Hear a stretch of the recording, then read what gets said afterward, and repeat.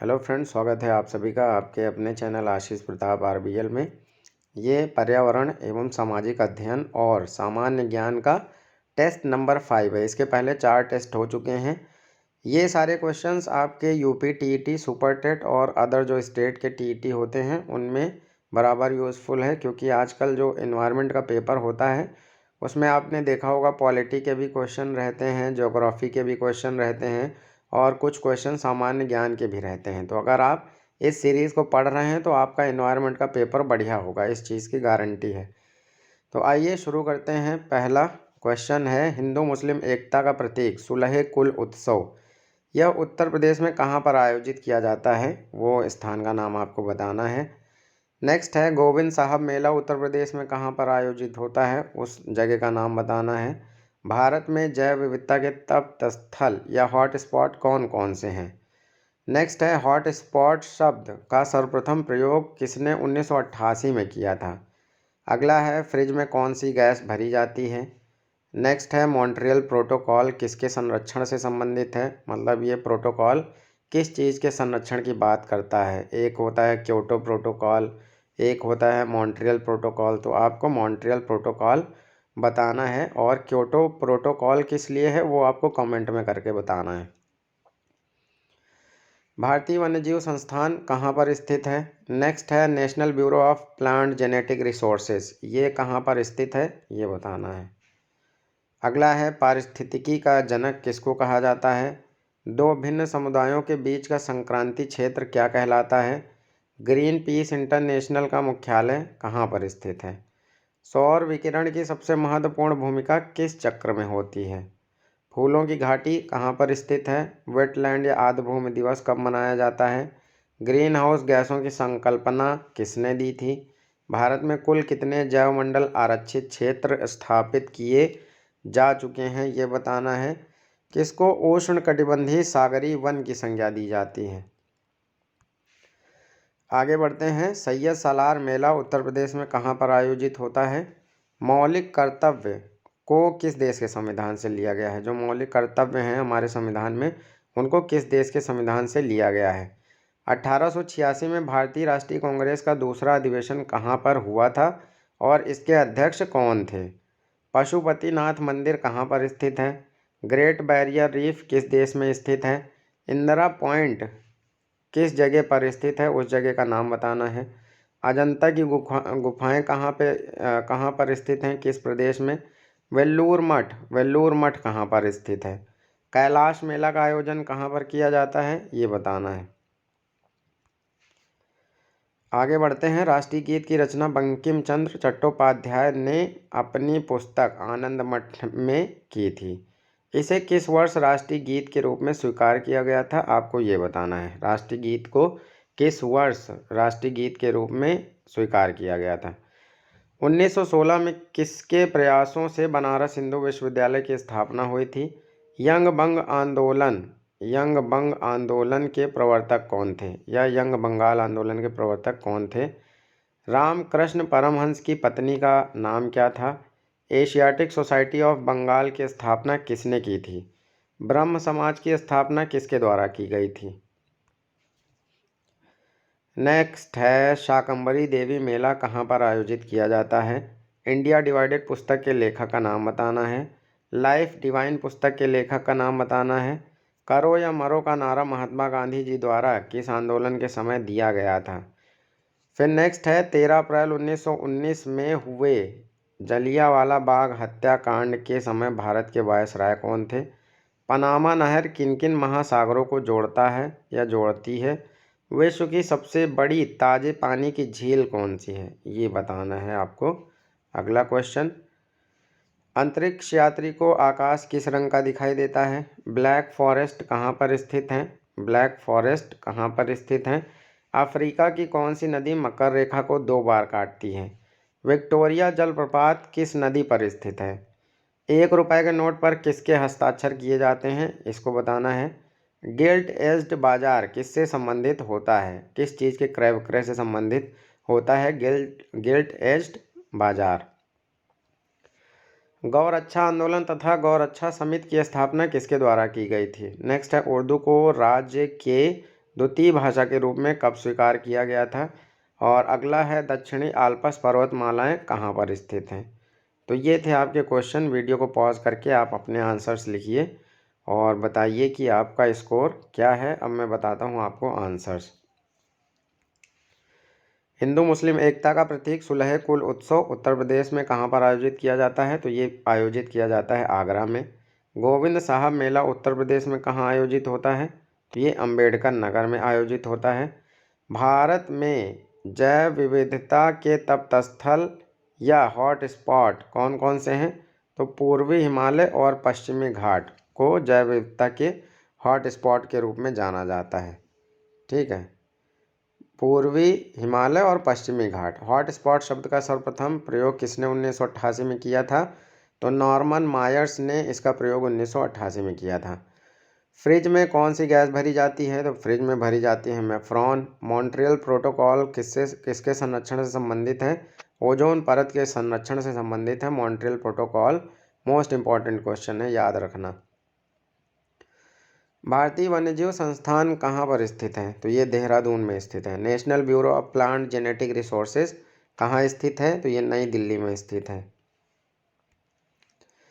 पारिस्थितिकी का जनक किसको कहा जाता है। अर्नेस्ट हैकल को पारिस्थितिकी का जनक कहा जाता है। और पारिस्थितिकी तंत्र आपको पता है एजी टांसले होते हैं। दो भिन्न समुदायों के बीच का संक्रांति क्षेत्र क्या कहलाता है। तो ये दो भिन्न समुदायों के बीच का संक्रांति क्षेत्र कहलाता है इकोटोन। ग्रीन पीस इंटरनेशनल का मुख्यालय कहाँ है। ये एम्स्टर्डम में है। सौर विकिरण की सबसे महत्वपूर्ण भूमिका किस चक्र में होती है। तो जल चक्र में सौर विकिरण की सबसे महत्वपूर्ण भूमिका होती है। फूलों की घाटी कहाँ स्थित है। ये उत्तराखंड में स्थित है। फूलों की घाटी कहाँ स्थित है, उत्तराखंड में स्थित है। वेटलैंड या आर्द्रभूमि दिवस मनाया जाता है 2 फरवरी को। ग्रीन हाउस गैसों की संकल्पना किसने दी थी। जोसेफ फोरियर ने दी थी। भारत में कुल कितने जैवमंडल आरक्षित क्षेत्र स्थापित किए जा चुके हैं। तो ये 18 हैं। किसको उष्णकटिबंधीय सागरीय वन की संज्ञा दी जाती है। तो प्रवालों को उष्णकटिबंधीय सागरीय वन कहा जाता है। प्रवालों को उष्णकटिबंधीय सागरीय वन की संज्ञा दी जाती है। सैयद सालार मेला उत्तर प्रदेश में कहाँ पर आयोजित होता है। तो ये बहराइच में आयोजित होता है। मौलिक कर्तव्य को किस देश के संविधान से लिया गया है। तो सोवियत संघ या रूस। उस समय यूएसएसआर कहा जाता था इसको, रूस को। तो सोवियत संघ या रूस से लिया गया है।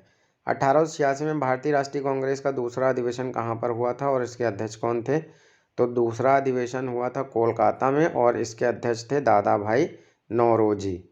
पशुपतिनाथ मंदिर कहाँ पर स्थित है। काठमांडू में स्थित है। ग्रेट बैरियर रीफ किस देश में है। ये ऑस्ट्रेलिया में है। इंदिरा पॉइंट कहाँ पर स्थित है। तो ये अंडमान निकोबार में स्थित है। इंदिरा पॉइंट पहले ये भारत का सबसे दक्षिणतम बिंदु हुआ करता था, लेकिन ये अब डूब गया है इंदिरा पॉइंट। तो ये अंडमान निकोबार में है। अजंता की गुफाएं कहाँ पर स्थित हैं। तो अजंता की गुफाएं स्थित हैं महाराष्ट्र में। वेल्लोर मठ कहाँ पर स्थित है। तो ये वेल्लोर मठ कोलकाता में स्थित है। कैलाश मेला का आयोजन कहाँ पर किया जाता है। तो कैलाश मेला भी आगरा में लगता है। राष्ट्रीय गीत की रचना बंकिम चंद्र चट्टोपाध्याय ने अपनी पुस्तक आनंद मठ में की थी। इसे किस वर्ष राष्ट्रीय गीत के रूप में स्वीकार किया गया था। तो 24 जनवरी 1950 को इसको राष्ट्रीय गीत के रूप में स्वीकार किया गया था। 1916 में किसके प्रयासों से बनारस हिंदू विश्वविद्यालय की स्थापना हुई थी। तो मदन मोहन मालवीय के प्रयासों से इसकी स्थापना हुई थी।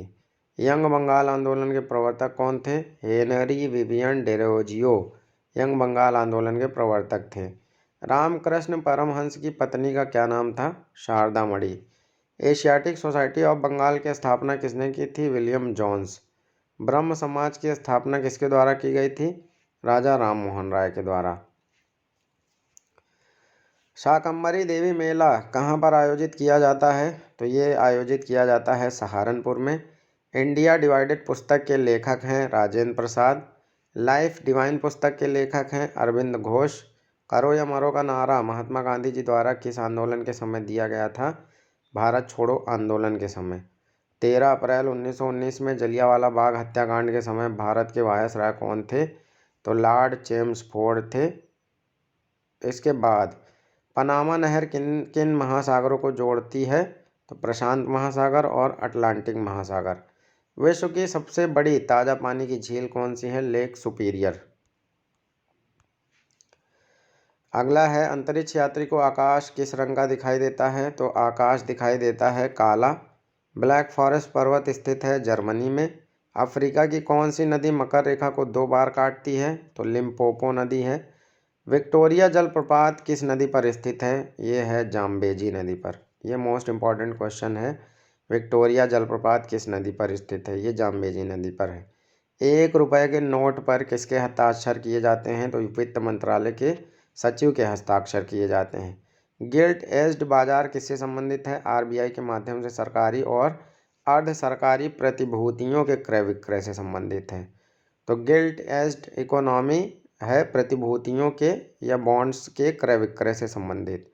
गौरक्षा आंदोलन तथा गौरक्षा समिति की स्थापना किसके द्वारा की गई थी? तो ये दयानंद सरस्वती के द्वारा की गई थी।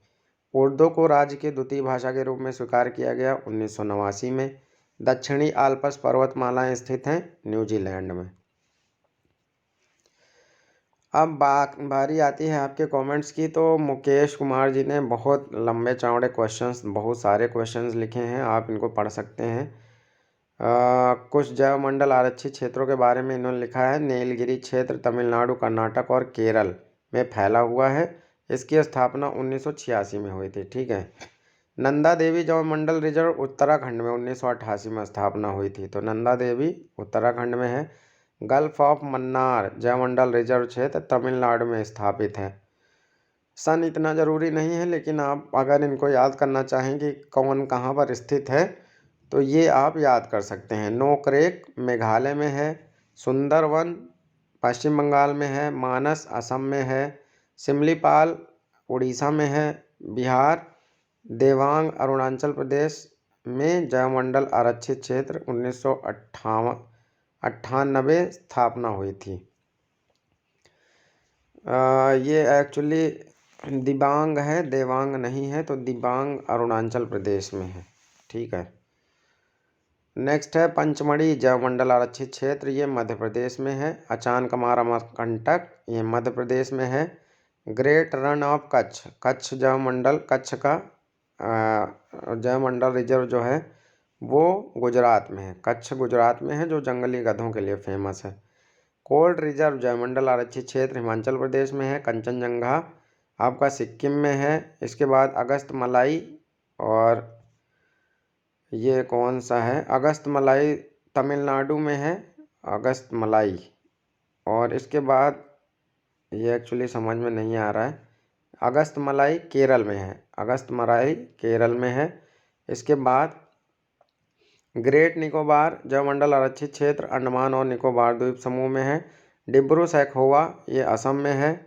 और शेषाचलम जयमैहर चित्रा आंध्र प्रदेश, शेषाचलम की पहाड़ियाँ आंध्र प्रदेश। इसके बाद नेक्स्ट है पन्ना जैवमंडल आरक्षित क्षेत्र, तो ये मध्य प्रदेश में है। पन्ना वैसे 2 राज्यों में पड़ता है। पन्ना महाराष्ट्र में भी कुछ क्षेत्र पड़ता है और मध्य प्रदेश में भी पड़ता है। तो मध्य प्रदेश में ज़्यादा एरिया इसका पड़ता है पन्ना टाइगर रिजर्व का।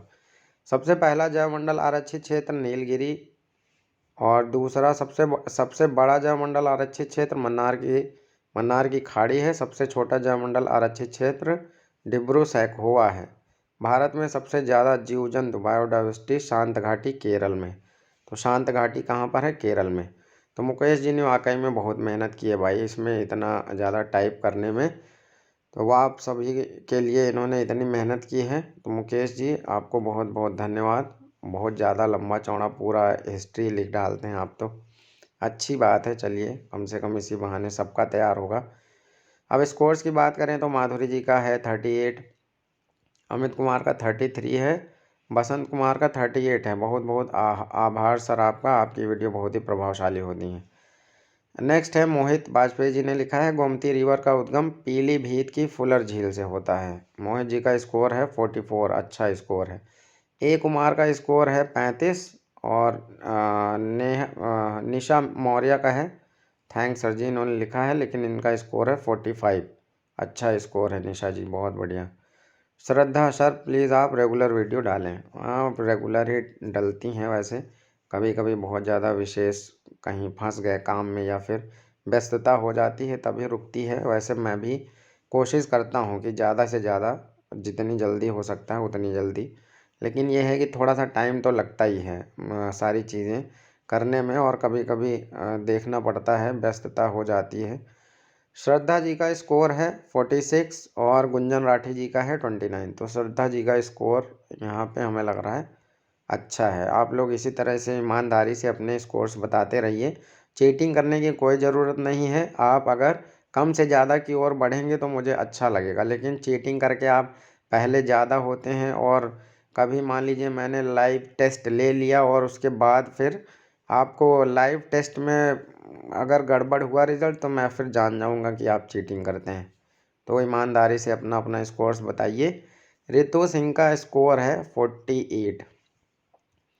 इसके बाद श्वेता पाल का है 34 और दीक्षा चौबे का है 40। लक्ष्मी त्रिपाठी जी, भैया बहुत ही अच्छी क्लास। मैं आपके ही चैनल से पढ़ाई करके यूपी टेट पास किया, तब से मैं यूट्यूब पर सिर्फ आपके वीडियोस देखती हूँ। बहुत कम टाइम में आप सेलेक्टेड मटेरियल देते हैं, थैंक्स। ब्यूटी 8 कशिश का है 47। मोहम्मद तैयब का है 34। तो अच्छे स्कोर्स हैं। सोशल साइंस मुझे लग रहा है आप लोगों का फेवरेट सब्जेक्ट है, अच्छा स्कोर आ रहा है आप लोगों का। मिलते हैं नेक्स्ट वीडियो में। Thanks for watching.